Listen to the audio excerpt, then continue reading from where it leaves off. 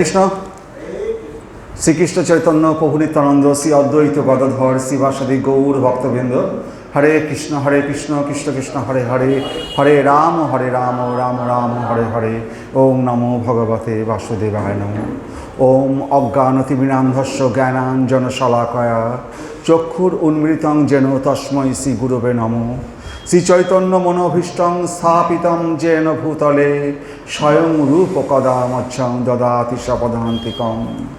বন্দে অহম শ্রীগুরু শ্রীযুতপদকমলম শ্রীগুরুন বৈষ্ণবাংশ শ্রীরূপম সাগরজাতম সহগণ রঘুনাথামৃতম তম সজীবম সাদ্বৈতম সাবধূতম পরিজনসহিতম কৃষ্ণ চৈতন্য দেবম শ্রী রাধা কৃষ্ণ পাদান সহগণ ললিতা শ্রী বিশাখামৃতাংশ। নমো বিষ্ণুপাদায় কৃষ্ণপৃষ্ঠায় ভূতলে শ্রীমতে ভক্তি বেদান্ত স্বামিনীতে নামিনে নমস্তে সরস্বতী দেবে গৌরবাণী প্রচারিণে নির্বিশেষ শূন্যবাদী পাশ্চাত্য দেশতারিণে। বাঞ্ছা কল্পতরুভ্যশ্চ কৃপা সিন্ধুভ্য এব চ পতিতানাং পাবনেভ্যো বৈষ্ণবেভ্যো নমো নমো।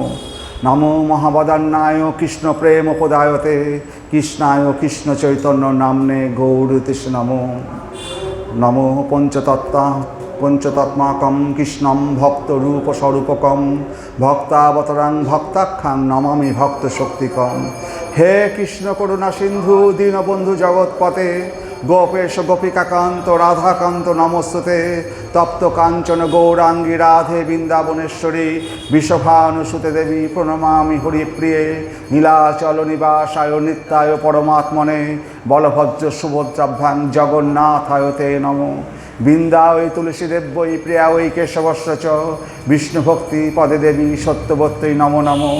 জয় শ্রীকৃষ্ণ চৈতন্য প্রভু নিত্যানন্দ শ্রী অদ্বৈত গদাধর শিবাসাদি গৌর ভক্তবৃন্দ। হরে কৃষ্ণ কৃষ্ণ কৃষ্ণ হরে হরে, হরে রাম রাম রাম হরে হরে। ওম নমো ভগবতে বাসুদেবায় নমঃ। হরে বাসুদেবায় নমঃ। হরে কৃষ্ণ হরে কৃষ্ণ। তো জগন্নাথ, ভগবান জগন্নাথ, তো জগন্নাথ একটা ভগবান। তো বিভিন্নভাবে আমরা ভগবানকে ডাকি, সেই একই শ্রীকৃষ্ণ। কখনো তিনি দ্বারকাধীশ, কখনো তিনি বৃন্দাবনের মদনমোহন, কখনো গোপীনাথ, কখনো গোবিন্দদেব, কখনো তিনি গোপাল, কখনো ক্ষীরচোরা গোপাল, তো সাক্ষী গোপাল। তো ভগবানের বিভিন্নভাবে ভগবান তার ভক্তদের কৃপা করে যাচ্ছেন। তো জগন্নাথের কৃপাটা আমাদের কাছে বিশেষভাবে এই কলিযুগে তার কৃপাটা আমাদের কাছে বিশেষভাবে আমাদের কাছে রয়েছে। তো এই জগন্নাথের যেমন কংসের সময় ভগবানের আবির্ভাব হলো, সেখানে কংসের আমাদের বসুদেব আর দেবকী এদেরকে কারাগারে কংস আটকে রেখেছিল। তো ভগবানের আসার আগে তাদেরকে কংস কষ্ট দিয়েছে। ভগবানের আবির্ভাব অত সহজে অত তাড়াতাড়ি হয় না। বহু চেষ্টা, বহু ভক্তদের বহু পরিশ্রমের, বহু সাধনার পর ভগবান এই পৃথিবীতে ধরাধামে আসেন। তো আমরা যে কথাটা বলতে যাচ্ছি সেটা হচ্ছে আমাদের এই কল্পের আগের কল্প মানে কি? ব্রহ্মার একটা কল্প মানে ব্রহ্মার একটা দিন, আর ব্রহ্মার একদিন মানে সত্য তেতা দাপর কলি, চারটে চতুর্যুগের একটা চতুর্যুগ। এরকম 1000 চতুর্যুগে ব্রহ্মার একটা দিন 12 ঘন্টা, আর 1000 চতুর্যুগে ব্রহ্মার 12 ঘন্টা একটা রাত। এরকম 2000 চতুর্যুগ পার হলে ব্রহ্মার একটা কল্প হয়। তাহলে সে এই কল্পের আগের কল্পে, মানে এই কল্পের আগের কল্পে মানে প্রায় 2000 চতুর্যুগের আগের 2000 চতুর্যুগ যখন শুরু হয় সেই সময়ে তো ব্রহ্মা তো সৃষ্টি করলেন পৃথিবীতে। ব্রহ্মা যখন ভগবান গর্ভদোক্ষায়ী বিশ্ব নামীপদ থেকে আবির্ভূত হলেন পৃথিবী, তারপর বড় অবতারে ভগবান পৃথিবীকে নিয়ে এসে কক্ষে স্থাপন করলেন, তারপর ব্রহ্মা সৃষ্টি সমস্ত করলেন। তো এই সৃষ্টি তো করা তো খুব সহজ, জন্ম দেওয়া খুব সহজ, পালন করা খুব কঠিন। অনেকেই আছে যে জন্ম দিল, কিন্তু যদি ছেলেকে ঠিকমতো শিক্ষা দীক্ষা না দেওয়া হয় তাহলে সেই পাপের দ্বারা, সেই ছেলের পাপের দ্বারা বাবা মা পর্যন্ত ভুগে মরে। তো পালন করাটা খুবই কঠিন জিনিস। সৃষ্টি করে দিলাম কিন্তু পালন করাটা, সেই জন্য ব্রহ্মার সৃষ্টিকর্তা, বিষ্ণু পালনকর্তা, আর হচ্ছে আমাদের শিব হচ্ছে সংহারকর্তা। তো সবচেয়ে কঠিন কাজ হচ্ছে পালনকর্তা বিষ্ণু। তো সেই সময়ে যখন সৃষ্টি কার্য ব্রহ্মা করলেন, তখন তার মনে চিন্তা হলো যে আমি সৃষ্টি করছি, পালনটা করবে কে? তখন তিনি বিষ্ণুর কাছে প্রার্থনা করলেন যে যেই সৃষ্টির পালনটা কী করে হবে, পালনটা কে করবে? তখন বিষ্ণু বললেন যে হে ব্রহ্মা, তুমি চিন্তা করো না, আমি এই পৃথিবীতে নীলমাধব রূপে উৎকল দেশে আমি প্রকট হব। নীলমাধব রূপে উৎকল দেশে আমি প্রকট হব। তারপরে আমি আমার দর্শন মাত্র সবাইকে আমাকে যে দর্শন করবে সাথে সাথে বৈকুণ্ঠে চলে যাবে। তারা জপ তপস্যা করার দরকার হবে না, শুধু দর্শন করলেই হবে নীলমাধব। কিন্তু আমি ত্রিসন্ধ্যা মানে মানে একটা যে কল্প হয় 1000 চতুর্যুগ 12 ঘন্টার, তার প্রথম সন্ধ্যা, দ্বিতীয় সন্ধ্যা, তৃতীয়, মানে এরকম 3টে সন্ধ্যা হয়। এই ত্রিসন্ধ্যা কাল পর্যন্ত আমি নীলমাধব রূপে থাকব। তারপরে ইন্দ্রদুম্ন রাজা যখন আসবে, তখন আমি ওই নীলমাধব রূপ অপ্রকট হয়ে আমি বিশেষ রূপে আমি পূজিত হব। তো ব্রহ্মাকে বলেন তুমি আর চিন্তা করার দরকার নেই। তো এই নীলমাধব রূপে উৎকল দেশে ভগবান প্রকট হবে বলেছেন, এবং ত্রিসন্ধ্যা কাল তিনি থাকবেন। এখন ত্রিসন্ধ্যা কাল সম্বন্ধে আরও যদি ব্যাখ্যা করতে চাই, সেটা ওসব সময়ের দরকার নেই। কারণ কি, আমরা ভগবানের কথা বলতে এসেছি। কেউ যদি প্রশ্ন করে ভগবান তো কুরুক্ষেত্রে যে রথটা চালালো, রথের চাকার কটা ছিল, দণ্ড ছিল, এইসব প্রশ্ন করে তো লাভ নেই। ভগবানের গীতার পাঠ শোনো, ভগবানের কথা শোনো, রথের চাকায় কী ছিল না ছিল জেনে লাভ নেই। হরে কৃষ্ণ, আমাদের মূল উদ্দেশ্য হচ্ছে ওইটাই। হরে কৃষ্ণ। তো তিনি বলেছেন 3 সন্ধ্যা কাল থাকবো, তারপরে যখন ইন্দ্রদম্ন রাজা আসবে তখন আমি অপ্রকট হব এবং বিশেষ রূপে আমি পূজিত হব। তো সেই সময় নীলমাধব, আমাদের নীলগিরি পর্বত আমাদের পুরী থেকে প্রায় কত কিলোমিটার হবে, প্রায় 150 কিলোমিটার হবে। মানে পুরী থেকে 4 ঘন্টা মতো লাগে বাসে বা যেতে গেলে, বা বাসে বা গাড়িতে। তো নীলমাধব যেখানে আছেন সেখানে যেতে গেলে, তো এই নীলমাধবে সেখানে নীলমাধব রূপে স্বয়ং ভগবান প্রকট হলেন। প্রকট হওয়ার পরে সমস্ত স্বর্গের দেবতারা, বিভিন্ন লোক থেকে দেবতারা আসতেন সেখানে নীলমাধবকে পুজো করতে। ব্রহ্মা, ইন্দ্র থেকে শুরু করে বরুণ দেবতা, বিভিন্ন দেবদেবী, সব 33 কোটি দেবতা থেকে শুরু করে বিভিন্ন লোক থেকে সব দেবদেবী আসতেন পুজো করতে। এবং তারা সেই সমস্ত লোকের থেকে আসতেন যখন তাদের সেই সমস্ত ফল নিয়ে আসতেন, সেই সমস্ত ফল, সেই সমস্ত সুগন্ধি, সেই সমস্ত ফুল যেগুলো এই জগতে দেখা যায় না। হ্যাঁ, যদি বলি নারকেলটা এত বড়, বুঝলেন, আমগুলো এত বড়, একটা আমের ওজন 2 কিলো 3 কিলো। তো এইরকম কথা বললে পরে লোকে অবশ্যই, কিন্তু ওইগুলো আসতে হচ্ছে উপর থেকে, ওই ঊর্ধ্বগামী থেকে, যে ভগবানরা, দেবতারা সব নিয়ে আসতেন ভগবানের পুজো করার জন্য সেই নীলমাধবে। তো এখানটায় ওই প্রথমে দেবতারা পুজো করছেন, তারপরে ওইখানে বিশ্বাবসু, এই বিশ্বাবসু বলে একজন ছিলেন, তিনি শবর রাজা। এই শবর রাজা তিনি এই বিশ্বাবসু এই তারপরে নীলমাধবকে পুজো করতেন। তো এই নীলমাধবকে বিশ্বাবসু যখন পুজো করতেন, একটা গুহার মধ্যে তাকে রেখেছেন, এবং সেখানে যাতে লোকে যাতে দেখতে না পায় পাথর দিয়ে গুহার মুখটা ঢেকে রাখতেন। আর ওই নীলমাধবকে শবর, তো ওরা তো আদিবাসী শবর, ওরা নীলমাধবকে ওই সেখানকার যে চারদিকে জোহর জঙ্গল, সেখানকার যে ডোবা জল, সেই জলেই স্নান করাতেন এই বিশ্বাবসুরা। এই শবর জাতিরা এরকম নীলমাধবকে স্নান করাতেন।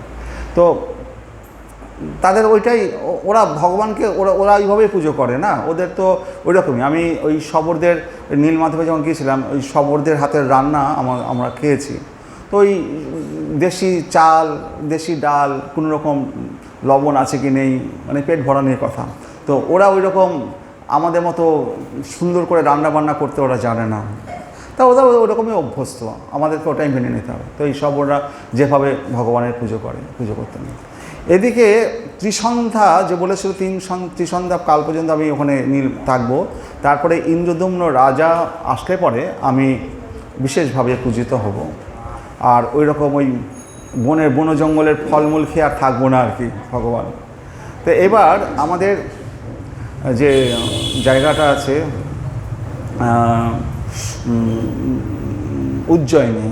উজ্জয়িনীর কাছে ইন্দ্রদুম্ন বলে এক রাজা আসলেন, এবং তার পত্নীর নাম হচ্ছে গুন্ডিচা, আমাদের গুন্ডিচা দেবী, তার ইন্দ্রদুম্ন রাজা। আর তো তখন তার পত্নীর নাম ছিল গুন্ডিচা রানী। তো ইন্দ্রদুম্ন রাজার কাছে একদিন কিছু কিছু ব্রাহ্মণ আছে, তারা তীর্থে ঘুরে বেড়ায়, বিভিন্ন তীর্থে ঘুরে বেড়ায়, তাতে বলে তৈত্রিক ব্রাহ্মণ। ওইরকম এক তৈত্রিক ব্রাহ্মণ একদিন ইন্দ্রদুম্ন রাজার কাছে এসে বলল যে ভগবান বিষ্ণু নীলমাধব রূপে প্রকট হয়েছেন এক তীর্থে, আপনারা তাকে খুঁজে বের করুন। বলে সেই ব্রাহ্মণটা অদৃশ্য হয়ে গেল। এখন কোথায় হয়েছে তা তো জানতে পারলো না। তখন ইন্দ্রদুম্ন রাজা, তার যে সেনাপতি ছিল, তার যে বিরাট বড় একজন বৈষ্ণব ভক্ত ছিল, সে খুব বড় ভক্ত ছিল, তার নাম বিদ্যাপতি। বিদ্যাপতিকে বলল যে হে বিদ্যাপতি, তুমি খোঁজ করো কোথায়, যখন খবর পেয়েছি ভগবান নীলমাধব রূপে পৃথিবীতে বিষ্ণু বিশেষ রূপে আবির্ভূত হয়েছেন, যাকে দর্শন মাত্রই মানুষ উদ্ধার পেয়ে যাবে, হ্যাঁ, তুমি তার খোঁজ করো। তখন বিদ্যাপতি তার দলবল নিয়ে উত্তর দক্ষিণ পূর্ব পশ্চিম চারদিকে লোক পাঠালেন, এবং তারা গিয়ে কোথায় হারিয়ে গেলো, আস্তে আস্তে তাদের কাউকে খুঁজে পাওয়া গেল না। তো ওই বিদ্যাপতি একদিন এক জঙ্গলের মধ্যে এসে বসে বিশ্রাম নিচ্ছেন, আস্তে আস্তে তাকে দেখলো তার ঘোড়াটাও উধাও হয়ে গেল। তো মাথায় হাত দিয়ে বসে আছে, কী করলো, তখন দেখছে ওইখানে একটা পুষ্করিণী ছিল। ওই পুষ্করিণীর মধ্যে একটা গাছের একটা কাক মানে অসুস্থ হয়ে মরে ওই পুষ্করিণীর মধ্যে পড়লো। আর যা মাত্র পড়লো, কাকটা মানে বিষ্ণুর 4 হাত না, ওই রকম বৈকুণ্ঠ লোকেতে সবাই 4 হাত নিয়ে থাকে, ওই রকম 4 হাতের রূপ নিয়ে, বিষ্ণু লোকের রূপ নিয়ে সে উপরে চলে গেল, স্বর্গে চলে গেল।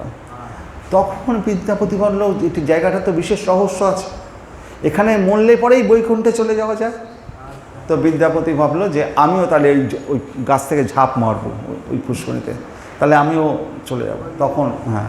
তখন হলো, দৈববাণী হলো, হে বিদ্যাপতি, তুমি বিশেষ কার্যের জন্য এসছো, তুমি যে নীলমাধব, তোমাকে নিয়ে বিশেষ কার্য করা হবে, তুমি এখনই তুমি এই পুষ্করিণীতে ঝাঁপ দিও না, ভগবান তোমার জন্য বিশেষ কার্য ঠিক করে রেখেছেন। তখন বিদ্যাপতি ওখানে বসে আছেন, কিছুক্ষণ পরে দেখছেন যে সামনে একটা ঘাট আছে, সেখানে একটা নদী বয়ে চলেছে।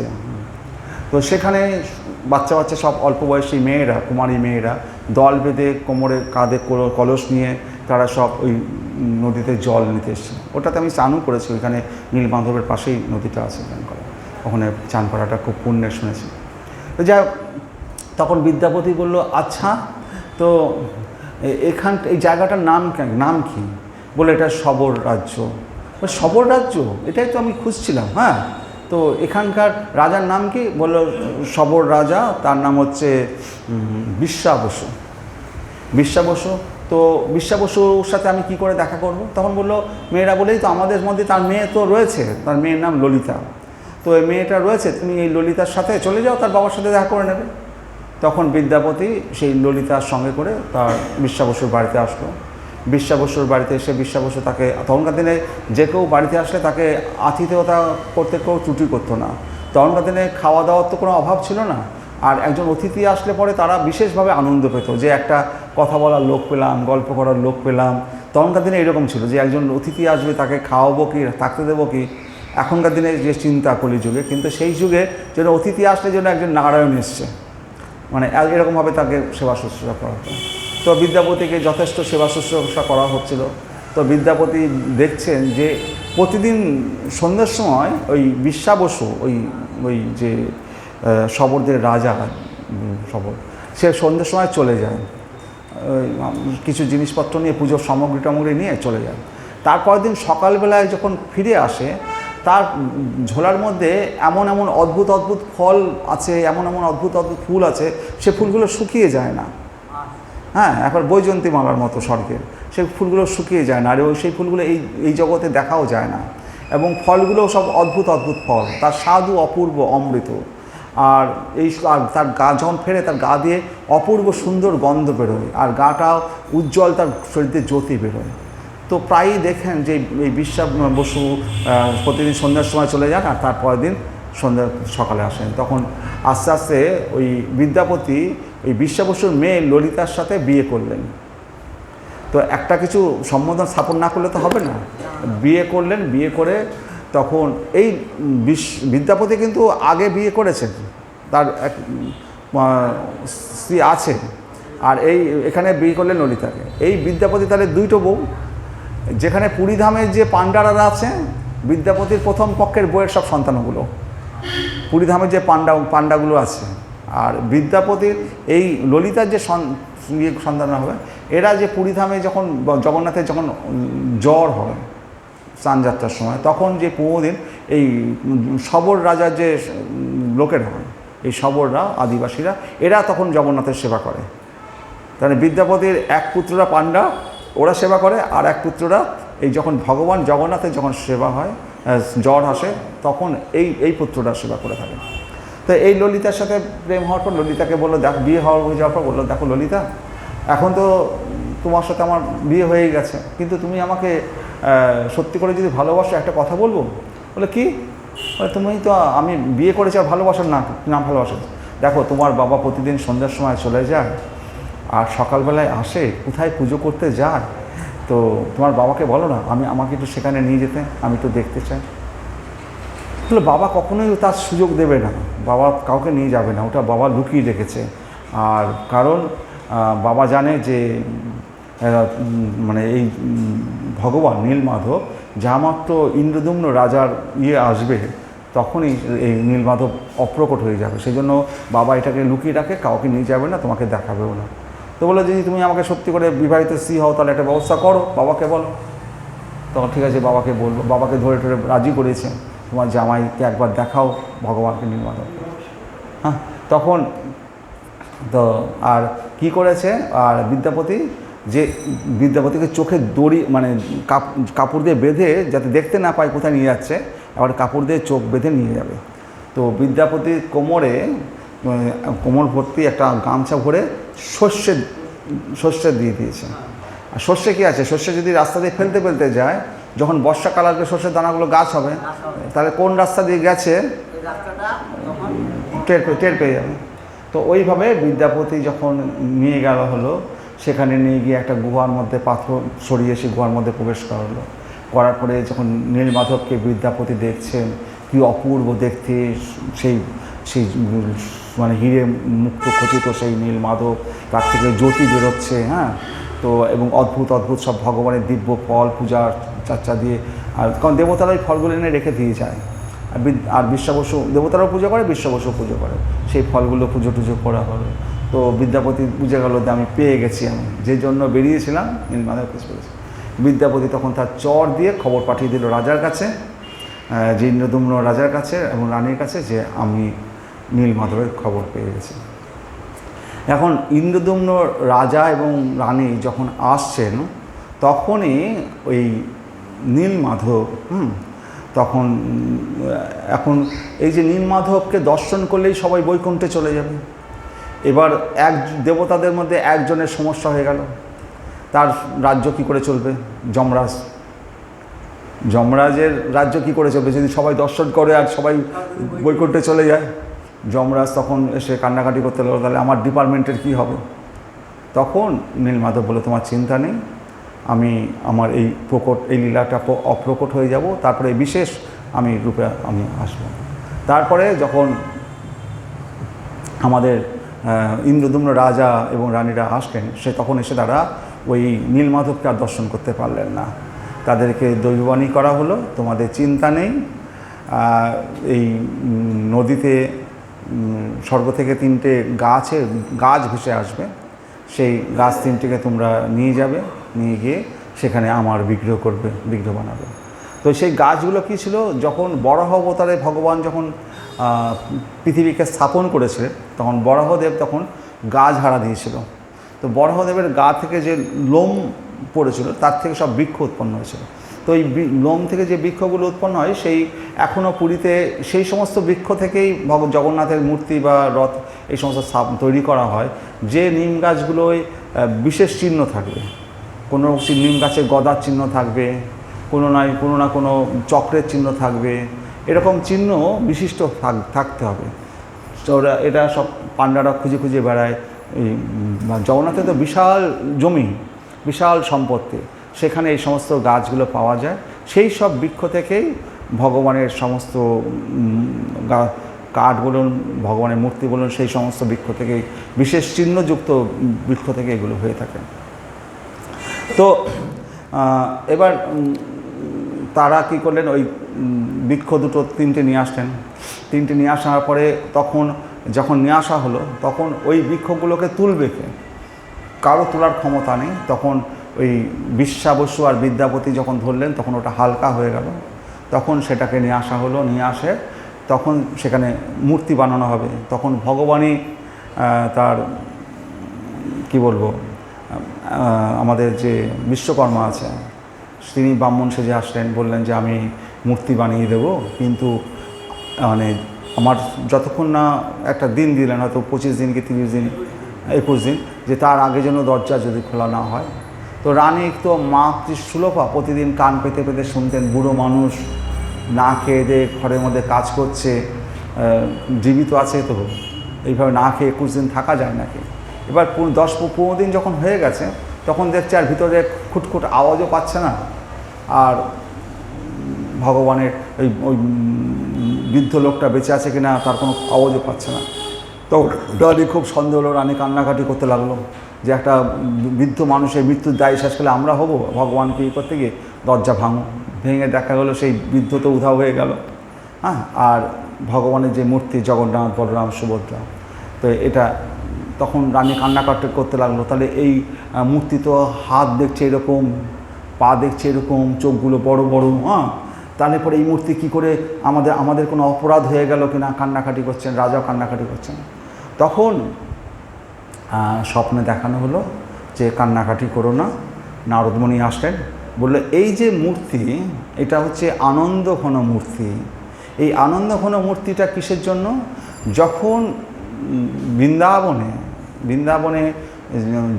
মানে আমাদের গোবিন্দ মানে শ্রীকৃষ্ণ বৃন্দাবনের ব্রজলীলায় শ্রীকৃষ্ণ গোপাল, হ্যাঁ, শ্রীকৃষ্ণ গোপাল রূপে এবং বলাই দাদার সাথে শ্রীকৃষ্ণ এবং গোপীদের সাথে যখন প্রেম করেছে, ব্রজলীলা করেছে, সেই লীলাগুলো এত সুন্দর সুন্দর সব লীলা করেছিল বৃন্দাবনে। যখন শ্রীকৃষ্ণ দ্বারকায় আসলো, মথুরায় দ্বারকায় আসলো, সেখানে 16,108টা মহিষীর সাথে বিয়ে হলো, 8 জন বড় বড় রানীর সাথে বিয়ে হলো, রুক্মিণী দেবী, সত্যভামা। কিন্তু গোবিন্দ রাত্রিবেলায় মাঝরাতে চিৎকার করে উঠত, রাধে, ললিতে, বিশাখে, কখনো কখনো গরুদের নাম ধরে ডাকছে, কখনো কোনো পাখির নাম ধরে ডাকছে, কখনো কোনো গাছের নাম ধরে ডাকছে। তো এই যে শ্রীকৃষ্ণ দ্বারকায় থাকলেও ওই বাল্যকালের যে এই ললিতা, বিশাখা, গোবিন্দ, এই যে গোপীদের কথা গোবিন্দ ভুলতে পারতো না। তো রানীরা বলল যে এটা কি করে সম্ভব, আমরা তো এত সুন্দর করে তার সেবা শুশ্রূষা করছি, আর 16,108 রানী প্রত্যেকেই স্বর্গের উর্বশীর মতো সব সুন্দরী দেখতে, আমাদের মধ্যে কি এমন ত্রুটি আছে যে ও এই ব্রজের বৃন্দাবনে সেই গোয়ালাদের কথা ভুলতে পারে না আমাদের কৃষ্ণ। তো এই বৃন্দাবনের লীলাটা আমাদের জানা দরকার। এখন বৃন্দাবনের লীলাটা কি করেছে গোবিন্দ কৃষ্ণ, সেইটা তো জানা দরকার। কি করে জানবে? তখন ঠিক হলো যে কে এটা বলতে পারে। তখন বলরামের মা, কি নাম, রোহিণী মা বলল যে আমি ওই লীলার কৃষ্ণ বলরামের সমস্ত লীলাটা আমি দেখেছি, আমি জানি। তো কিন্তু আমি যখন বলবো আর ভগবানের কথা যখন বলা হয়, তখন ভগবান সেখানে এসে উপস্থিত হয়ে দাঁড়িয়ে থাকে। তা আমরা যখন বলছি ভগবানের কথা, ভগবান অদৃশ্য কোথায় দাঁড়িয়ে আছে আমরা দেখতে পাবো না। তো ভগবানের কথা যেখানে বলা হবে, ভগবান সেখানে উপস্থিত হবে। যত্র গায়ন্তে, যেখানে ভগবানের গান গাওয়া হবে সেখানে ভগবান থাকবে। তো বলছে ভগবান তো সেখানে চলে আসবেন, আর ভগবান এসে গেলে, গোবিন্দ এসে গেলে পরে তো আমার আর কথা বলতে পারবো না, তার লীলাটা সেখানে শেষ হয়ে যাবে। তখন বলা হলো যে ইয়েটাকে, আমাদের সুভদ্রাকে দাড়ি হিসাবে দাঁড় করে দাও, যাতে বলরাম আর শ্রীকৃষ্ণদের ভিতরে প্রবেশ করতে না পারে। এবার যখন সুভদ্রাকে দাঁড় করিয়ে দিচ্ছে, আর সুভদ্রার কানটা রয়েছে দরজার ভিতরে, কি কথা হচ্ছে শুনছে এক কান দিয়ে। সুভদ্রাও শুনতে শুনতে তন্ময় হয়ে গেছে, আর পাশে জগন্নাথ আর বলরাম এসে দাঁড়িয়ে গেছে, মানে কৃষ্ণ আর বলরাম এসে দাঁড়িয়ে গেছে, দুপাশে দুই ভাই এসে দাঁড়িয়েছে, তারাও তখন শুনছে। এই যে ভগবানের বৃন্দাবন লীলার কথা যখন শ্রবণ করছে, শ্রবণ করতে করতে তো ভগবানের চোখ দুটো বিস্ফারিত হয়ে গেছে, হাত পাগুলো গলিত রূপ ধারণ করেছে। এই যে রূপ জগন্নাথ বলরাম সুভদ্রার, এই রূপটা নারদমণি এসে দেখতে পেলেন যে এই রকম ভগবানের সেই বাল্যলীলা শ্রবণে ভগবানের এই যে গলিত রূপ, এই রূপ যাতে জগৎবাসী দর্শন করে উদ্ধার পেতে পারে, তো ভগবানের কাছে প্রার্থনা করেছিলেন। তখন ভগবান বলছেন কলিযুগে এইটাই পুরীধামে বিশেষভাবে প্রকট হবে।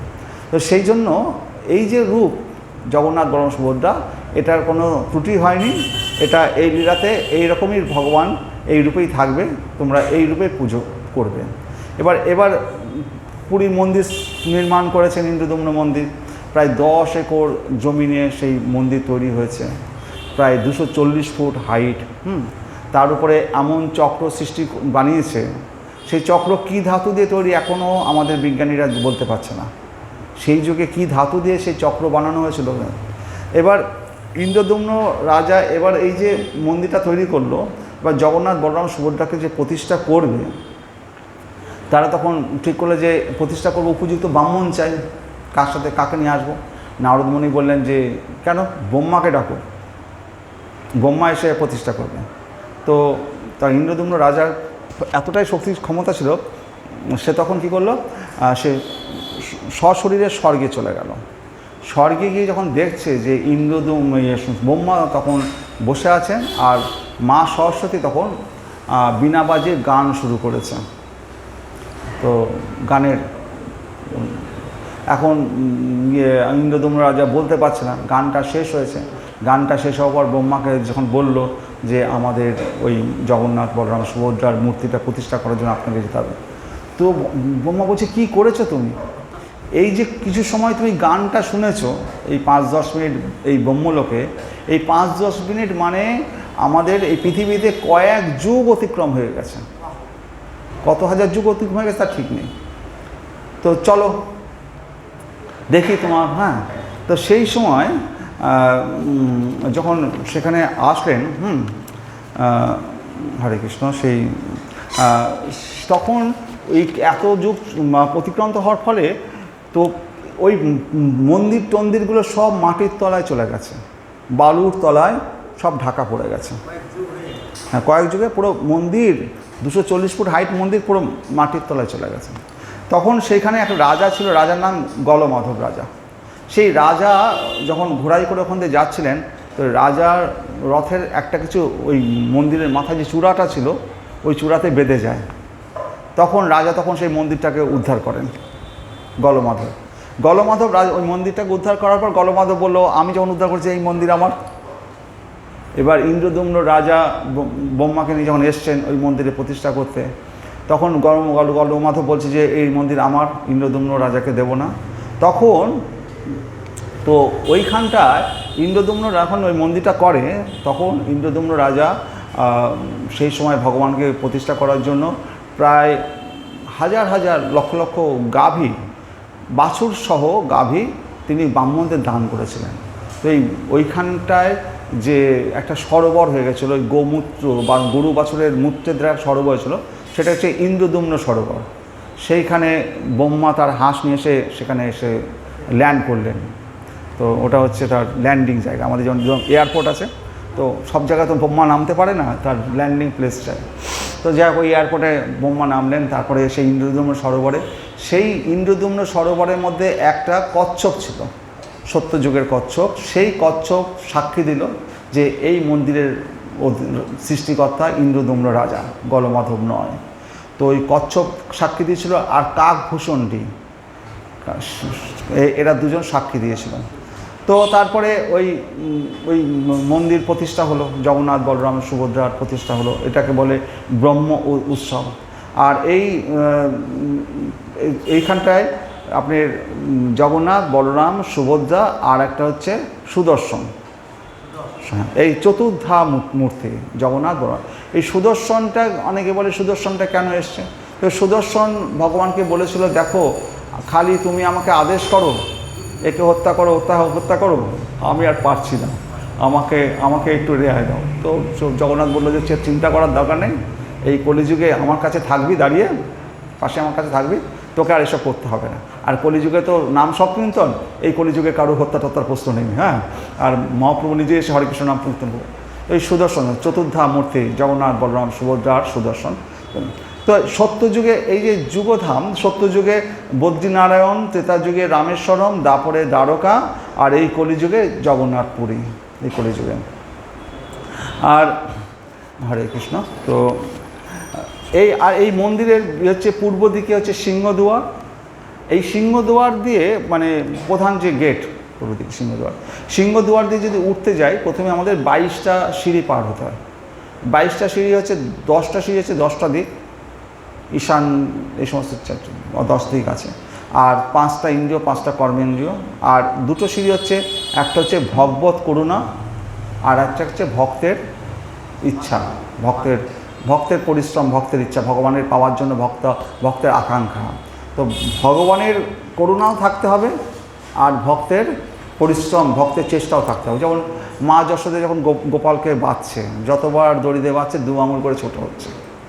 তো তারপরে ভগবানের করুণা হলো, মা আর পারছে না, ঘেমে গেছে, তো ভগবানের করুণাও যেই হলো, আর মা তো চেষ্টা করছে, তো ভক্তের চেষ্টা থাকতে হবে, আর ভগবানের করুণা যখন হবে তখনই ভগবানকে পাওয়া যাবে।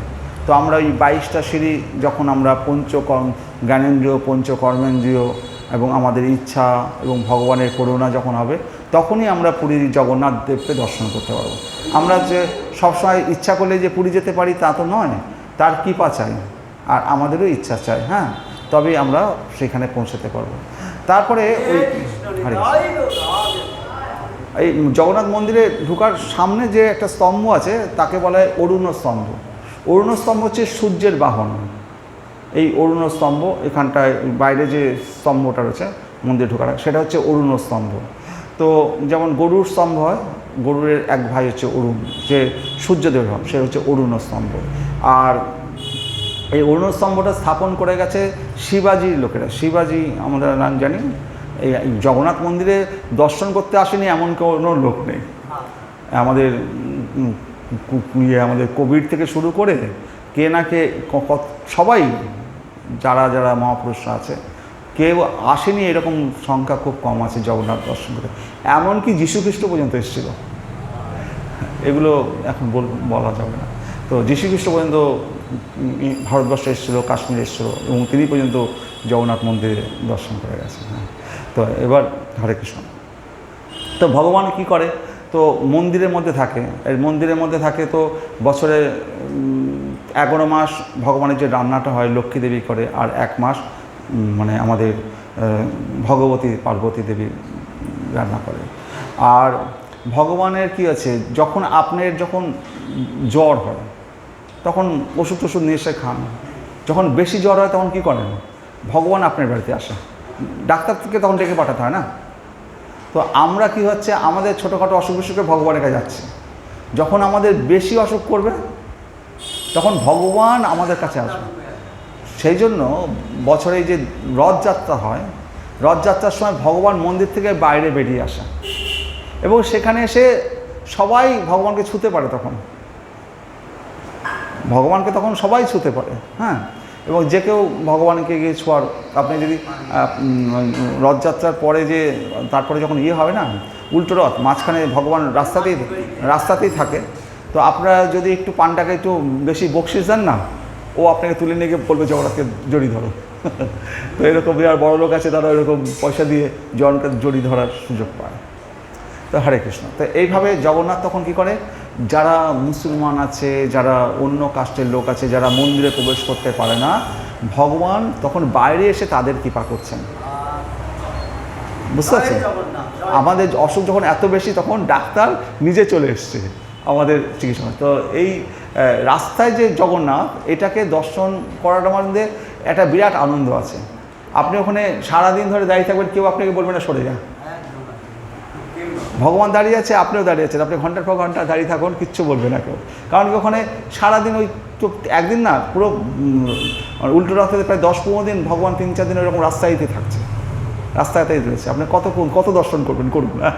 তো এটা একটা বিশেষ কৃপা। তো এই জগন্নাথের লীলার তো অনেক শেষ নেই। একজন যেমন ব্রাহ্মণী ছিলেন, তিনি ভগবানের, তার কী নাম, বাউরি না কি নাম, সে কী করেছে, একদিন একজনের কাছে এত বড় একটা বড় নারকেল দেখেছে। তো নারকেলটা দেখে বলেছে, নারকেলটা আমায় দাও। তখন বলেছে যে আমাকে কড়ি দাও। বলছে আমার কাছে কড়ি নেই। বলে ঠিক আছে, তোমার দামি শাড়িটা আছে, শাড়িটা দাও, তার বিনিময়ে নারকেলটা দেবো। তো ঠিক আছে, তুমি শাড়িটাই নাও, কিন্তু আমাকে নারকেল দাও। নারকেল নিয়ে সেই গ্রামের মহিলা জগন্নাথ মন্দিরে এসছে। মন্দিরে সবার ওকে আর ঢুকতে দেয় না মন্দিরে। তখন কি করবে, নারকেলটা এরকম ধরে, জগন্নাথ তোমার জন্য আমি নারকেল নিয়ে এসেছিলাম, তুমি গ্রহণ করো। সাথে সাথে হাত থেকে নারকেল উধাও, জগন্নাথ নিয়ে নিয়েছে। তখন মন্দিরে পাণ্ডারা বললে নিশ্চয়ই কালা জাদু টাদু জানে, তো নারকেল কী করে গেল। আবার আরেকদিন কী করেছে, ওই মাতাজি এক ঝুড়ি আম নিয়ে এসছে, গাছের সেরা সেরা আমগুলো বেছে বেছে নিয়ে এসছে জগন্নাথকে দেবে বলে। আমের ঝুড়ি নিয়ে এসছে, পাণ্ডারা ঢুকতে দেয়নি আমের ঝুড়ি নিয়ে। তখন ওই মন্দিরের বাইরে থেকেই ওই যে পতাকাটা আছে আর চক্রটা আছে, তার দিকে বলছে, হে জগন্নাথ, তোমার জন্য আম নিয়ে এসছি, ওরা তো ঢুকতে দিচ্ছে না, তুমি আমার আমটা গ্রহণ করো। সে ঝুড়ি সমেত আম উঠাও। তখন পাণ্ডারা বলছে যে তুমি নিশ্চয়ই কালা জাদু জানো, নইলে এতগুলো আম গেল কোথায়। বলছে কালা জাদু জানি না, দেখো গা তোমার মন্দিরে তোমার জগন্নাথ আম খেয়েছে কিনা। গিয়ে দেখছে মন্দিরের আশেপাশে সব আমের চোখলার আঁটি পড়ে আছে ছড়িয়ে ছিটিয়ে, আর ওই ঝুড়ি পড়ে আছে, আম সব জগন্নাথ খেয়ে নিয়েছে। তো জয় জগন্নাথ। জগন্নাথের এরকম অনেক অনেক লীলা আছে। যেমন আরেকটা ঘটনা, এরকম ছোটো ছোটো দু একটা ঘটনা বলি আমাদের জগন্নাথের। তো জগন্নাথ, তো সেই সময় বিদ্যাপতি বলে একজন ছিলেন, যিনি গীত গোবিন্দম লিখেছেন। বিদ্যাপতি তো আমাদের এই পশ্চিমবঙ্গে ছিল। তাকে যখন 8 বছর বয়স, তখনই তাকে স্বপ্ন দেখালো তুই পুরীধামে চলে আয়। তো পুরীধামে চলে গেলেন। পুরীধামে গিয়ে বিদ্যাপতি সেই গীত গোবিন্দ লিখছে। তার গীত গোবিন্দ গান সেই সময় এমন প্রচারিত হয়ে গেছে যে, যেমন এখন সিনেমার গান একটা বেরোলে না, সবাই মুখে মুখে গাইতে থাকে, ওরকম সেই সময় বিদ্যাপতির গান লোকে গাইতে থাকে। তো এরকম বিদ্যাপতির গান, একটা গরিবের মেয়ে, তার বেগুন বাগান ছিল। সে সন্ধ্যে রাত্রিবেলায় বসে বসে ওই বেগুন বাগানের কুড়ো ঘরে ওখানে বসে বসে ওই গীত গোবিন্দ গাইতো, একটা বাচ্চা মেয়ে, অল্প বয়সে। তো রাত্রিবেলায় জগন্নাথ চলে আসতেন ওই গীত গোবিন্দ শোনার জন্য। এবার ওই জগন্নাথ চলে আসতেন। এবার যখন আবার চলে যেতেন, ওই বেগুন বাগানের কাদা মাটি জগন্নাথের গায়ে লেগে থাকতো। তো তারা মন্দিরে তো সন্ধ্যের সময় তালা মারা হতো, হ্যাঁ, রাত্রিবেলা তালা মেরে দেওয়া হতো, সিল করে দেওয়া হতো। সকালবেলা সে খোলা হতো, সিল তালা রয়েছে, আর এদিকে জগন্নাথের গায়ে কাদা মাখা, তার ছিঁড়া কাপড় ছিঁড়া। তো এই সমস্ত দেখে তখন ঠিক করলো যে রাজাকে খবর দিল, কী হয়েছে দেখুন। তো তারপরে পাহারা বসে গেল যে গেটে, দেখছি সত্যি করে রাত্রিবেলায় জগন্নাথের চোখ দুটো প্রথমে বেরোলো, তারপর হাত দুটো বেরোলো, তারপর জগন্নাথ বেরিয়ে চলে গেলেন। তো খোঁজ লাগাও কোথায় গেল, সেই ওই বেগুন বাগানের মধ্যে গিয়ে জগন্নাথ দাঁড়িয়ে দাঁড়িয়ে সেই গীত গোবিন্দ শুনছে। আর যেই ভোর হয়ে আসছে, তখন জগন্নাথ দেখছে আবার মন্দিরে যেতে হবে। ওই বেগুন বাগানের মধ্যে তাড়াতাড়ি ছুটতে গিয়ে জামায় ছিঁড়ে যাচ্ছে, কাদা লেগে যাচ্ছে, ওই অবস্থায় ছুটে এসে মন্দিরে গিয়ে আবার স্টেজে বসতে হবে না, আবার স্টেজে এসে বসেছে। তখন রাজা বলল যে ঠিক আছে, জগন্নাথকে আর এরকমভাবে কষ্ট করে গীত গোবিন্দ শোনার জন্য কারো বনের বাগানে যেতে হবে না, তার জন্য গানের ব্যবস্থা এখানেই করা হবে। তো জয়দেবকে ডাকা হলো, ডেকে বলা হলো তুমি এখানে গান গাইবে, আর ওই যে মেয়েটা গান গায় সেও গান গাইবে, এই মন্দিরের ভিতরে গান গাইবে। আর জয়দেব বলল যে আমার যে স্ত্রী আছে, হ্যাঁ, পদ্মাবতী, সেই গানের সাথে নৃত্য করবে। সেই থেকে ওই মন্দিরে গান এবং নৃত্য দুটোই চালু হয়েছে রাত্রে। হ্যাঁ, তো এই বিদ্যাপতির আরও একটা ঘটনা হচ্ছে, বিদ্যাপতি যখন পুরীধামে রয়েছে, তো সেই সময় একটা ব্রাহ্মণ আর ব্রাহ্মণী তার এক কন্যাকে নিয়ে আসলেন, নিয়ে এসে ভগবান জগন্নাথ স্বপ্ন দেখালো সেই ব্রাহ্মণকে যে অমুক গাছতলায় বিদ্যাপতি বলে একজন, বিদ্যাপতি বলছি ওই আমাদের ইয়ে লিখেছে কে? গীত গোবিন্দ, গীত গোবিন্দর লেখক কে? বিদ্যাপতি তো বলছি না? হ্যাঁ, জয়দেব, জয়দেব, জয়দেব, হ্যাঁ জয়দেব, বিদ্যাপতি আলাদা। তো জয়দেব, যে ওই জয়দেব নাম করে একটা লোক ওই অমুক গাছতলায় বসে আছে, তুই ওই ওই ওই জয়দেবের সাথে তোর মেয়ের বিয়ে দে। তো এই যখন ভগবান আদেশ করেছে, জগন্নাথ আদেশ করেছে, জগন্নাথ আবার আজকাল ঘটকালিও করা শুরু করে দিয়েছে, এর সাথে ওর বিয়ে হবে সেটা বলে দিয়েছে যে এই মেয়ের সাথে জয়দেবের সাথে বিয়ে দাও। তো এবার ওই মেয়ের বাবার মা এসে বলছে এই মেয়েকে তোমাকে গ্রহণ করতে হবে। জয়দেব বলছে আমি বিয়ে করবো না, আমি তো ব্রহ্মচর্য থাকবো। বলে সব জানি না, ভগবানের আদেশ, তোমাকে এই মেয়ে গ্রহণ করতে হবে। তারা মেয়েকে থুয়ে রাত্রিবেলায় লুকিয়ে বামুন দুটো পালিয়ে চলে গেছে। ওর মেয়েকে ফেলে থুয়ে গেছে। জয়দেব কী করবে? একদিন দুদিন রয়েছে। তারপরে জয়দেবকেও স্বপ্ন দেখেছে ভগবান যে তুমি গ্রহণ করো মেয়েটাকে। মেয়েটাও বলছে যে তুমি যদি না গ্রহণ করো তাহলে আমি পুরীর সমুদ্রে আত্মহত্যা করবো। তারপরে জয়দেব সেই মেয়েটার নাম ছিল পদ্মাবতী, তাকে বিবাহ করলো। বিবাহ করে যখন সংসার করছে, জয়দেব যখন লিখছে গীত গোবিন্দ, লিখছে বই লিখছে, তো জয়দেব কী করতো? সামনে সেই গোবিন্দের লীলাগুলো দর্শন করতে পারতো, আর লীলাগুলো দর্শন করতো আর লিখত। তো একদিন একটা লীলা দর্শন করছে যে সেদিনকে কৃষ্ণের সেখানে যে রাধারানীর কুঞ্জে আসতে দেরি হয়ে গেছে, আর রাধারানী মান করে বসে আছে। তো কৃষ্ণ এসে রাধারানীকে মান ভাঙানোর জন্য অনেক চেষ্টা করছে, কান্নাকাটি করছে। তখন কৃষ্ণ তখন রাধারানীর পদযুগলকে মাথায় তুলে নিয়েছে, মাথায় নিয়েছে। তখন জয়দেব ভাবছে ব্রহ্মাণ্ডের প্রতি, বিশ্ব ব্রহ্মাণ্ডের প্রতি সে কিনা রাধারানীর পদযুগল মাথায় নেবে, এই জিনিস আমি লিখতে পারবো না, এই জিনিস আমি লিখতে পারবো না। তখন ও লেখাটাকে ওখানটায় রেখে দিয়ে বউকে বলেছে দেখো আমি আর লিখতে পারছি না শ্লোকটা, তো আমি স্নান করে আসি, তুমি ভগবানের প্রসাদের ব্যবস্থা করো। জয়দেব চলে গেছে স্নান করতে, আর এর মধ্যে ভগবান চলে এসছে জয়দেব সেজে, এসে বলছে যে পদ্মাবতী, পদ্মাবতী, বলছে তোমার স্নান হয়ে গেলো? আরে বলো না, তাড়াতাড়ি স্নান করে আসলাম, শ্লোকটা আমার মনে পড়ে গেছে, তারপর শ্লোকটা আগে তাড়াতাড়ি লিখে আসি, তুমি প্রসাদের ব্যবস্থা করো। তাড়াতাড়ি ঘরে গিয়ে একবার ওই শ্লোকটা লিখে দিয়েছে, দেই পদপল্লব। তো এবার তারপরে এসে বলে হচ্ছে প্রসাদ দিয়েছে। তো জয়দেব তো না, তো ভগবান স্বয়ং জগন্নাথ, সে প্রসাদ গ্রহণ করেছে। গ্রহণ করে তারপরে বলছে ঠিক আছে আমি ঘরে গিয়ে শুচ্ছি। এবার ঘরে গিয়ে শুয়ে আছে, এর মধ্যে আবার দরজায় ঠোকা, পদ্মাবতী, পদ্মাবতী। পদ্মাবতী বলছে কে তুমি? বলছে আমি জয়দেব। বলছে জয়দেব মানে? একজন জয়দেব একটু আগে আসলে, তুমি স্নান করে খেলে দিলে, আর বলছে আর জয়দেব বলছে তুমি এত তাড়াতাড়ি খেতে বসে গেলে, তোমার কি এত খিদে পেয়ে গেছিলো? তুমি কি ভুলভাল বকছো? আমি তো স্নান করে এইমাত্র আসলাম, আর তোমার খিদে পেয়ে গেছে বলে তুমি ভুলভাল বকছো। না, তুমি এইমাত্র খেয়ে উঠলে, তোমার অর্ধেক খাবার প্রসাদ থাকে, সেটা আমি খেতে বসেছি।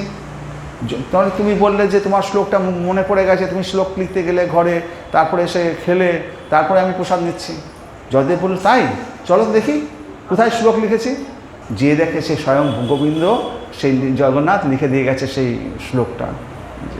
তখন জয়দেব কান্নাকাটি করছে, বলছে যে দেখো আমি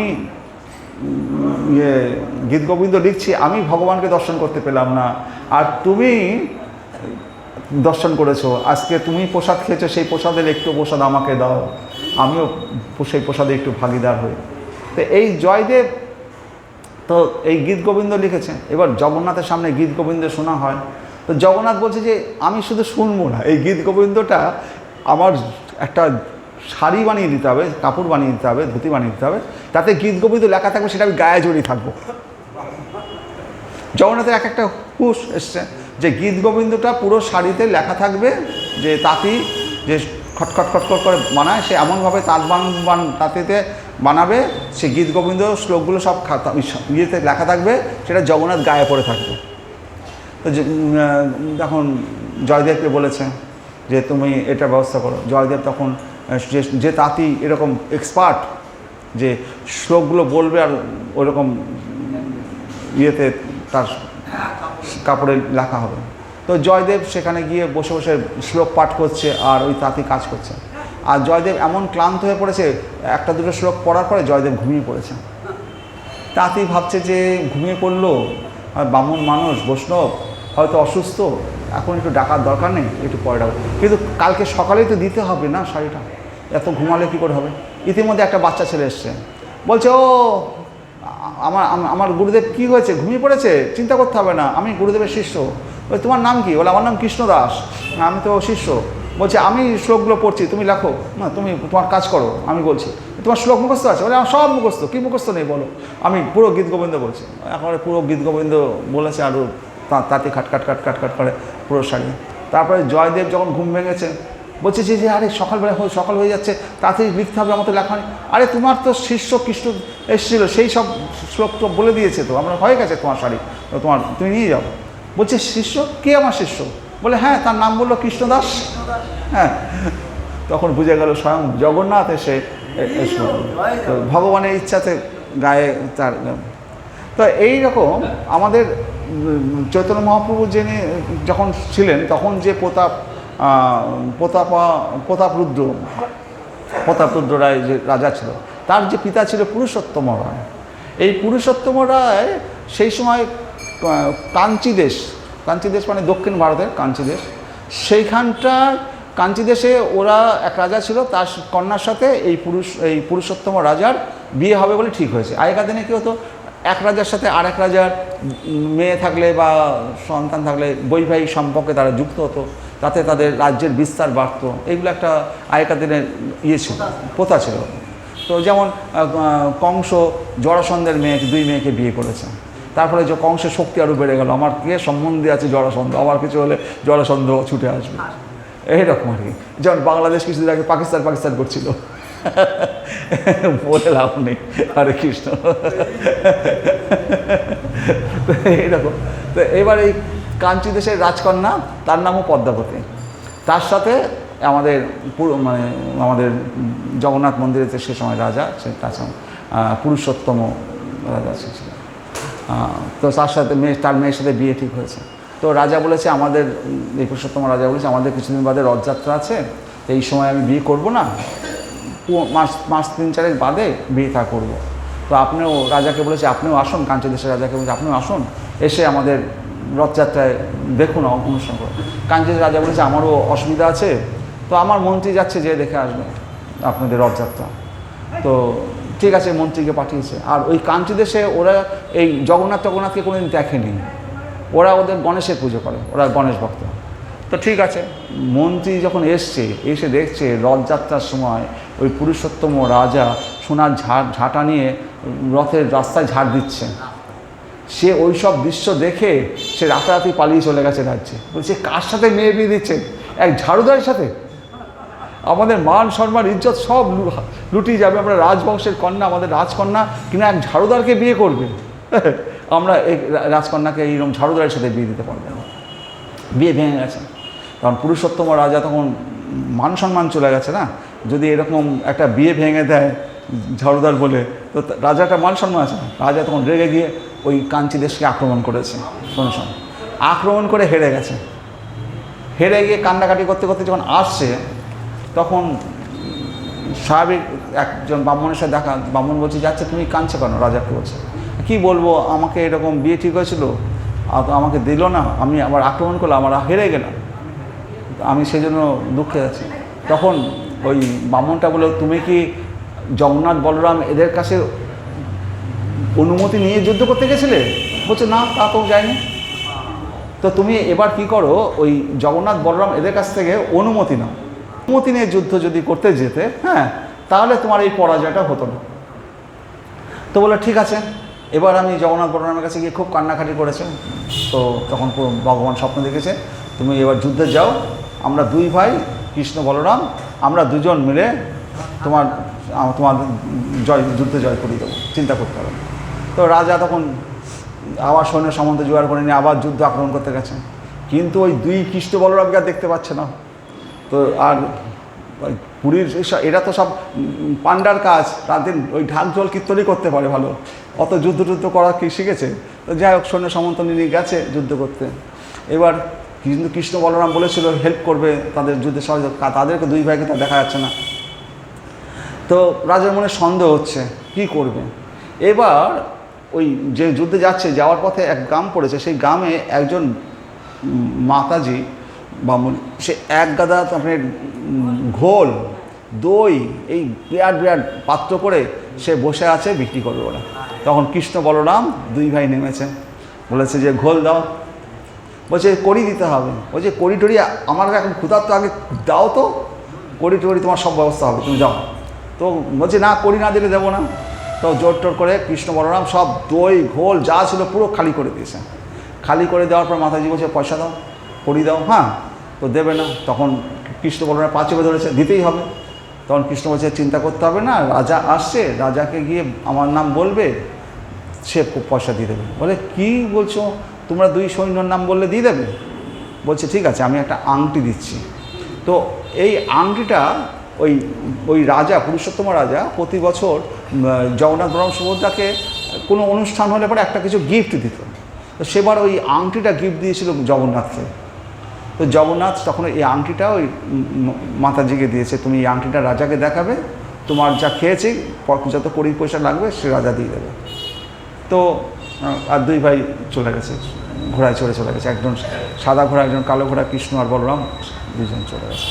এবার রাজা যখন এসছে তখন ওই বুড়িটা ধরেছে যে তুমি রাজা না, তোমার দুই সৈন্য আমার সব খেয়ে গেছে, এই দেখো সব পয়সা দাও, কড়ি দাও। হ্যাঁ, তারা বলে গেছে রাজা কাছে চাইবে, এই দেখো সে আংটি দিয়ে গেছে, এ কী আংটি জানি না, এর কত মূল্য, তুমি আমাকে কড়ি পয়সা দাও।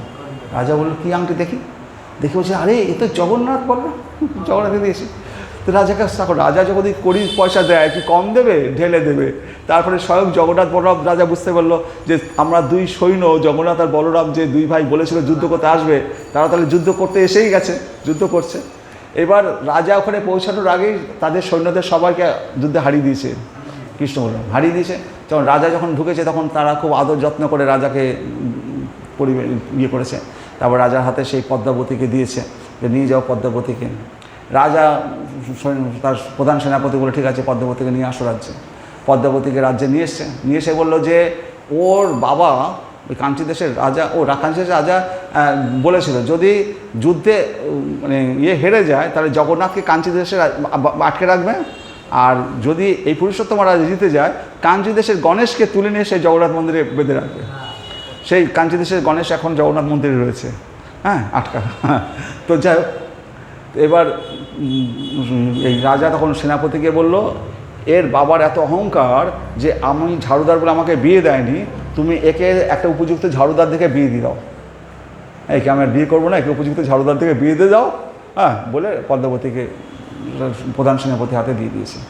এবার 1 বছর অতিক্রমে যে পদ্মাবতী কান্নাকাটি করছে যে আমার কি দোষ, আমার বাবা এটা করেছে, আমার তো কোনো দোষ নেই। হ্যাঁ, আর তখন আবার পরের বছর যখন রথ এসছে তখন রথের সময় আবার সেই রাজা সেই সোনার ঝাড়ু নিয়ে ঝাড় দিচ্ছে, তখন পদ্মাবতীকে সাজিয়ে সেই প্রধান সেনাপতি নিয়ে এসছে। মহারাজ মহারাজ একটা ইয়ে আছে, বলে কি, বলে এই কন্যার জন্য উপযুক্ত ঝাড়ুদার আমি পেয়ে গেছি, 1 বছর ধরে যখন পাচ্ছিলাম না একবার উপযুক্ত ঝাড়ুদার পেয়ে গেছি, সেই ঝাড়ুদার হচ্ছেন আপনি। তো তারপরে সেই পদ্মাবতীর সাথে রাজার বিয়ে হলো। এইরকম জগন্নাথের অনেক অনেক ঘটনা আছে, যেমন জগন্নাথের কাঁঠাল চুরি করে খাওয়ার ঘটনা আছে। তারপরে হচ্ছে বন্ধু মহান্তি একজন ছিল, খুব গরিব ব্রাহ্মণ পরিবার, তাদের খাবার জোটে না, আর বউ যখন কিছু বলবে তা আমার তো ইয়ে আছে, বন্ধু আছে, বন্ধুর গল্প করতো বউকে সান্ত্বনা দেওয়ার জন্য। তখন বউ বলেছে ঠিক আছে আমাদের খাবার জুটছে না, একবার তো চলো তোমার বন্ধুর বাড়িতে কয়েকদিন যাই, ছেলে পেলে একটু খেতে পড়তে পারে, নিয়ে চলো আমাদেরকে তোমার বন্ধুর বাড়িতে। তো ফ্যামিলি নিয়ে চলে এসছে পুরীতে। হ্যাঁ, পুরীতে এসে এখন পুরীর মন্দিরে রাত্রি হয়ে গেছে, ঢুকতে দেয়নি। তখন বলছি যে বলছি আমার বন্ধু এখন রাত্রিবেলায় ঘুমিয়ে পড়েছে, তো এখন তো এত বড় বন্ধুর বাড়ি, পুরীর মন্দিরটা দেখে বলছে এত বন্ধুর বাড়ি, আজকে রাত্রিটা আমরা কষ্ট করে এই মন্দিরের বাইরে শুয়ে থাকি, তো কাল সকালবেলায় বন্ধুর সাথে দেখা করা যাবে। তখন ওরা 2-3 দিন না খাওয়া ওই অবস্থায় মন্দিরের ধারে পড়ে আছে, আর বন্ধু জগন্নাথ ভিতরে বসে থাকতে পারে, সেই বন্ধু জগন্নাথ একটা সোনার পাত্রে সব খাবার নিয়ে তো বাইরে এসছে, এখানে বন্ধু মহান্তি কে আছে, বন্ধু মহান্তি কে আছে, তো এই নাও তোমার যে বন্ধু এই তোমার জন্য এই খাবারগুলো পাঠিয়েছে, তোমরা খাও, আমি পরে এসে পাত্র নিয়ে যাব।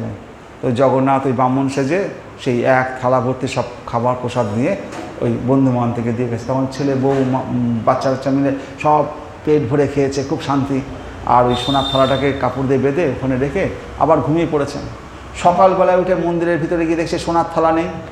কোথায় গেল কোথায় গেল, খোঁজো খোঁজো, খুঁজতে খুঁজতে দেখে যে এই এদের থলির মধ্যে সোনার থালা রয়েছে। এদেরকে ধরে জেলে ভরে দিয়েছে, বউ ছেলে মেয়ে সমাজ পুরো জেলে ভরে দিয়েছে। রাজাকে স্বপ্ন দেখিয়েছে তারপরে দিন রাত্রিবেলা, জগন্নাথ তুই কাকে বন্দি করেছিস? আমার বন্ধু হয়, শিগগির ওদেরকে ছাড়া, আর ছাড়িয়ে দিয়ে ওদের জন্য থাকার ব্যবস্থা কর, আর ওদের জন্য কোনো সেবা শুশ্রূষা কোনো ত্রুটি না হয়। রাজাকে সেই রাত্রিবেলায় এসে ওদেরকে তাড়াতাড়ি করে ছাড়িয়ে রাজা হাতে পায়ে কান্নাকাটি করেছে, তুমি আমাকে ক্ষমা করে দিও হে বন্ধু বান্ধবী, তোমার সাথে যে জগন্নাথের এত বন্ধুত্ব তা তো আমি জানতাম না। তারপরে ওই বন্ধু মহান্তিকে ছেড়ে দিয়েছে। বন্ধু মহান্তির ওই মন্দিরের কাছেই তার বাড়ি এখনও আছে, বন্ধু মহান্তির বাড়ি। হ্যাঁ, তো যাই হোক, সে তো বন্ধু মহান্তি কোথায় চলে গেছে তা ঠিক নেই। তো এইরকম জগন্নাথের লীলায় একটা মাতাজি ছিল, তো জগন্নাথকে যে এরকম সবাই খাওয়ায়, তো মাতাজির খুব কষ্ট হয় যে আমার ছেলেটার পেটে তো কৃমিটিমি হয়ে যাবে। ও নিম পাতার রস করে নিয়ে আসে, পান্ডারা ঢুকতে দেবে না। তখন পান্ডাদের স্বপ্ন দেখেছে ওই মাতাজির নিম পাতার রস আমি খাবো, আমার মা। আর একজন মাতাজি ছিল, সে সকালবেলায় উঠে 9টার মধ্যে একবারে গরম গরম খিচুড়ি রান্না করে জগন্নাথকে ভোগ নিবেদন করত, আর জগন্নাথ এসে সেই প্রসাদ গ্রহণ করত প্রতিদিন এসে।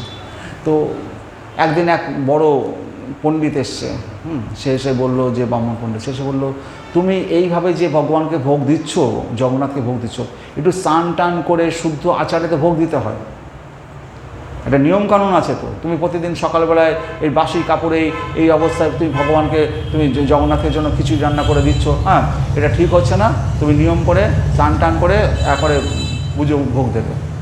তারপরের দিন থেকে যখন ভোগ দিচ্ছে, এবার স্নান টান করে দিতে দিতে 10টা 11টা 12টা বেজে যাচ্ছে, সকাল 9টার মধ্যে দিতে পারছে না। আর ওই ব্রাহ্মণকে যে বলে দিয়েছিল তাকে গিয়ে স্বপ্ন দেখিস, জগন্নাথ তুই কি ভেবেছিস, তুই বেশি পণ্ডিত হয়ে গেছিস, ও আমাকে যেভাবে খেতে দিচ্ছে সেইভাবেই দেবে, আমি সকাল 9টার সময় খেতে পাই, হ্যাঁ, আর ও যখন এই তোর নিয়মকানুন মানতে গিয়ে আমার রাত দুপুর 12টা 11টা 12টা বেজে যাচ্ছে খাবার, হ্যাঁ, তুই বেশি জ্ঞানী হয়ে গেছিস, শিগগির যা, যে বলে দিয়ে আসবি যেমনভাবে আমার মা খেতে দিচ্ছিল সেইভাবেই যেন খেতে দেয়। তো জগন্নাথ সে আবার সেই তারপরের দিন থেকে সেই সকাল 9টার মধ্যে ওই মা যেভাবে খেতে দেয়। তো ভগবানের এই যে বাৎসল্য রূপ, সন্তানের বাৎসল্য, এই যে কার কাছে কীরকমভাবে কী চাইবে কেউ জানে না। তা একজন সখাকে বলেছে, কি নাম যেন, তাকে বলে চল আসে কাঁঠাল চুরি করে খাবো। কাঁঠাল চুরি করে খাবি? রাজাকে বলে কত কাঁঠাল দিয়ে যাবে? বলছে চুরি করার স্বাদ কাঁঠাল চুরি করে খাওয়ার স্বাদই আলাদা, তুই জানিস না বৃন্দাবনে আমরা কত মাখন চুরি করে খেতাম, চল। বলে ঠিক আছে, নিয়ে গেছে, ভুলি বাড়ি নিয়ে গেছে। কাঁঠাল গাছে বন্ধুকে তুলে দিয়েছে, জগন্নাথ নিচে দাঁড়িয়ে আছে, আর উপর থেকে কাঁঠাল ছেড়ে দিয়েছে, জগন্নাথকে বলেছে তুই ধর। জগন্নাথ ধরেনি, ধুম করে পড়ে গেছে, আওয়াজ হয়েছে, দারোয়ানরা পাহারাদাররা ছুটে এসছে, আর জগন্নাথ উধাও হয়ে চলে গেছে। এবার ওই বন্ধুকে ধরে জেলে পড়ে দিয়েছে। তারপরে আবার স্বপ্ন টপ্ন দেখে ওই বন্ধুকে ছেড়েছে, তো জগন্নাথের জন্য আবার কাঁঠালের ব্যবস্থা হল ঘরে। তো এইরকম জগন্নাথের অসংখ্য লীলা, অসংখ্য লীলা, আরও অনেক লীলা আছে। সব লীলা তো আমার এখন মনেও পড়ছে না। তো ঠিক আছে, আজকে এখানেই থাক, 8টা 15 বেজে গেছে। হরে কৃষ্ণ কৃষ্ণ কৃষ্ণ হরে হরে, হরে রাম রাম রাম হরে হরে, ওম নমো ভগবতে বাসুদেবায় নমঃ। জয় শ্রীকৃষ্ণ চৈতন্য প্রভু নিত্যানন্দ।